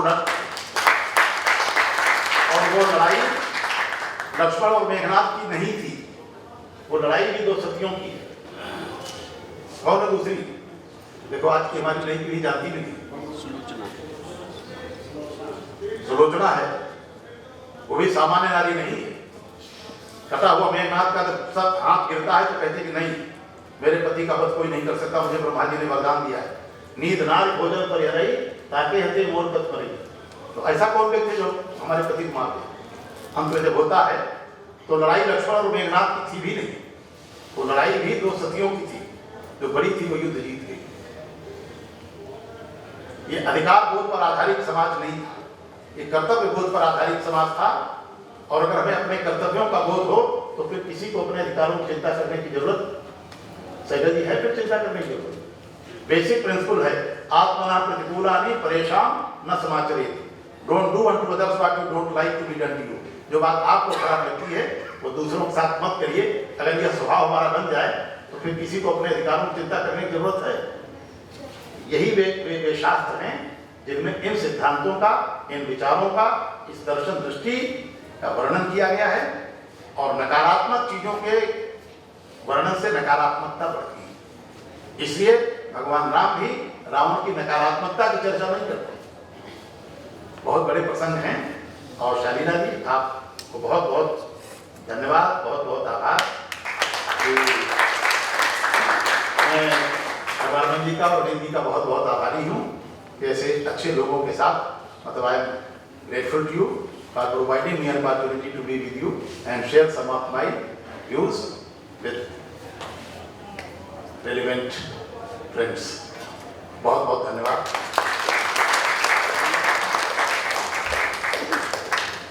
बहुत बहुत धन्यवाद महोदय। हम कार्यक्रम का समापन राष्ट्रीय गीत से करेंगे। उसके पश्चात जलपान की व्यवस्था है बाहर। आप सभी से अनुरोध है कि उसे जरूर ग्रहण करें। सबसे पहले मैं आप सभी देवतुल्य अतिथियों का बहुत आभार व्यक्त करना चाहूँगी कि आप आए और कथक गुरु शालीना चतुर्वेदी जी एवं प्रभात जी के इस कला यज्ञ में आप हमारे साथी बने। मैं मंचासीन माननीय श्री सुनील देवधर जी, श्री नवनीत कुमार सहगल जी, श्री गिरीश चंद्र त्रिपाठी जी, श्रीमती शालिना चतुर्वेदी जी एवं श्री प्रभात कुमार जी का बहुत बहुत धन्यवाद करना चाहूँगी, जिन्होंने अपने वचनों से हमें एक नई दिशा दिखाई। मैं हमारे सारे मीडिया कर्मियों की बहुत बहुत धन्यवाद करना चाहूँगी, जो एक सूत्र बनेंगे इस कार्यक्रम और जनमानस के बीच में। साथ ही मैं कॉन्स्टिट्यूशन क्लब ऑफ इंडिया के सभागार की बहुत बहुत धन्यवाद करना चाहूँगी कि हमें ये मंच मिला अपनी कला को, अपनी विद्या को आपके सामने लाने का। और अंततः मैं भगवान भोलेनाथ महादेव को भी धन्यवाद करना चाहूँगी, क्योंकि उनके आशीर्वाद के बिना यह संपन्न नहीं हो पाता। जननी जन्मभूमिश्च स्वर्गादपि गरीयसी, भारत की मिट्टी जहाँ कला, साहित्य, संस्कृति, आध्यात्म फलीभूत होता है, हो रहा है, होता रहेगा, ऐसी जन्मभूमि को हम प्रणाम करते हैं। और राष्ट्रगीत के लिए मैं प्रभात जी के सहयोगी राजेंद्र जी को अनुरोध करूंगी कि वे मंच पे आए। वंदे मातरम, वंदे मातरम, सुजलां सुफलां मलयज शीतलां शस्य श्यामलां मातरं वन्दे मातरम्। शुभ्रज्योत्स्नां पुलकितयामिनीं फुल्लकुसुमितद्रुमदलशोभिनीं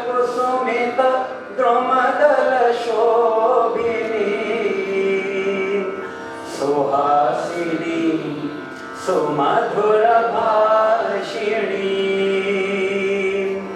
सुखदां वरदां मातरं वन्दे मातरम्।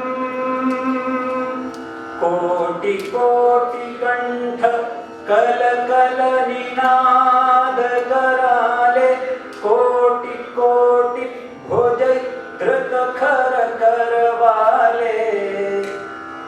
अब लागे नो माए तो बोले, बहुबल धारिणीं नमामि तारिणीं रिपुदल वारिणीं मातरं वन्दे मातरम्।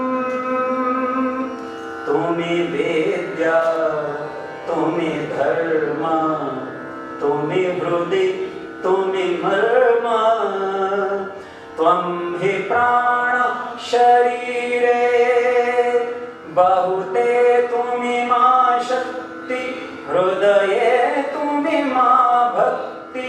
तोमारोई प्रतिमा गढ़ी मंदिरे मंदिरे वन्दे मातरम्। त्वं हि दुर्गा दश प्रहरण धारिणीं कमला कमलदल विहारिणीं वाणी विद्या दायिनीं नमामि त्वां, नमामि कमलां अमलां अतुलां सुजलां सुफलां मातरं वन्दे मातरम्। श्यामलां सरलां सुस्मितां भूषितां धरिणीं भरिणीं मातरं वन्दे मातरम् वन्दे मातरम्। भारत माता की